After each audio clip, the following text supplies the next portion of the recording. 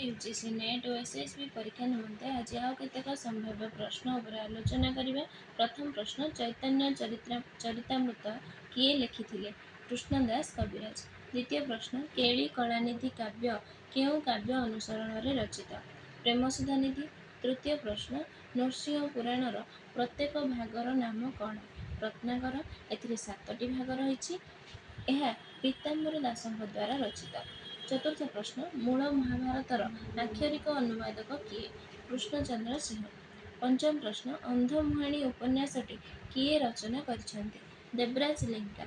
षष्ठ प्रश्न, 1999 मसीहा बात्यार करुण चित्र केउं उपन्यास रे वर्णित?